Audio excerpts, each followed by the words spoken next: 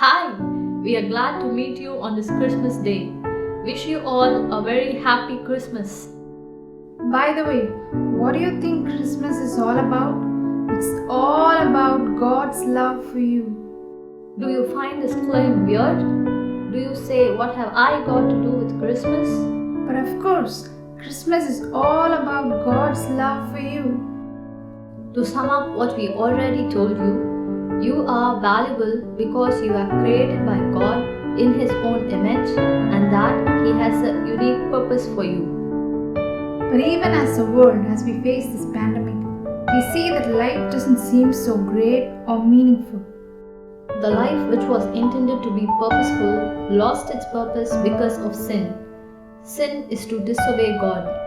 Man disobeyed God as he misused the free will which God gave him out of love. There is a consequence for sin. We who were created in the image of God lost it due to sin. Sin is the root cause for all of man's suffering, pain, and the chaos we see in this world. So, was God a mere spectator when man sinned and left him to face the consequences of sin all by himself? What is God doing when this world is suffering? God could have dealt with sin in many ways. In the first place, God is not indebted to do anything to save man from sin. God is almighty, and the sufferings of this world cannot affect him in any way. God has all the might and the right to do or not do anything. Man cannot question God as to why is God silent without intervening in the sufferings that he is going through. Because God warned man of the consequences of sin after he created him.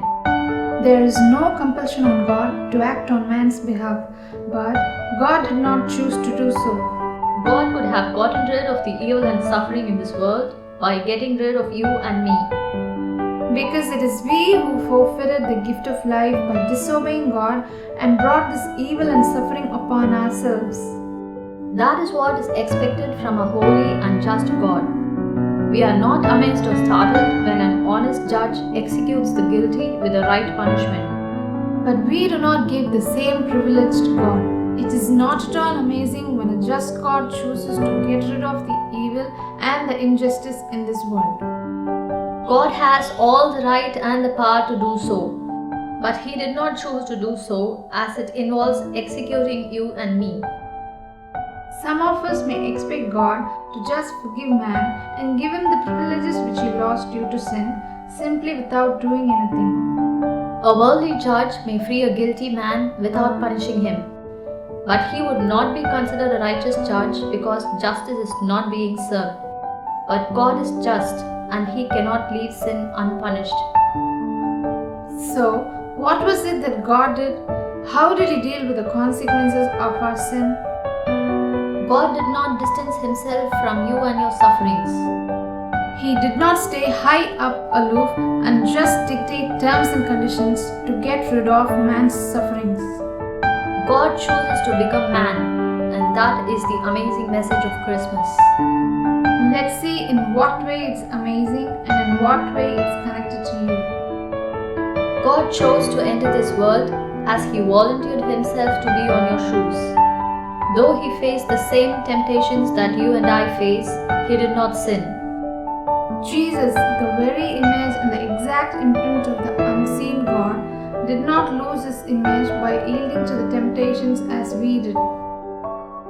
Therefore, His life became the reference for us to imitate and to get back the image that we lost. But your punishment for sin is not dealt with yet. God giving up His privileges to enter this world is amazing. God lowering Himself to serve other human beings and to take the slander and abuse of other men without punishing them is unimaginable. God is love. Where there is love, there is mercy and forgiveness. He shows mercy on you by not giving you the punishment you deserve. But being the righteous judge, He took the penalty for your sin upon Himself. He died in your place, substituting Himself for you, thus forgiving you. What's even more astounding is He lowering Himself unto death on the cross, the worst of all the punishments which the humans have ever invented.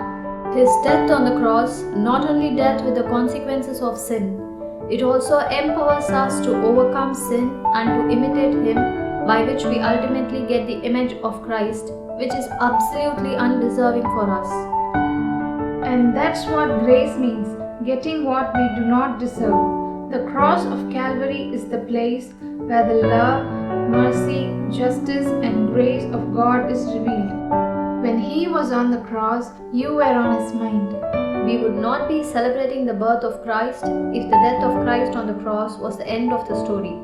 But Christ rose up again on the third day, defeating death.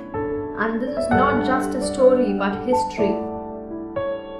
Why does God have to do all this for you? Because you were created for eternity. The gift of life that God gave you is not temporal but eternal. Your life is not limited to this world, and it does not end with death. There is a life after death, and that life is for eternity. If your sins are not dealt with here in this world, then you will be facing the consequences of sin for eternity.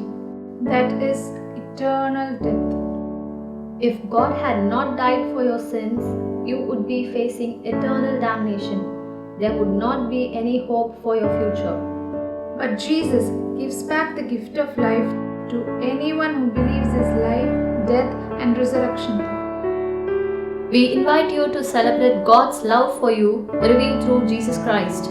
Jesus came into this world and died for you, so that you may enjoy life in abundance for eternity. And that's what we say Christmas is all about.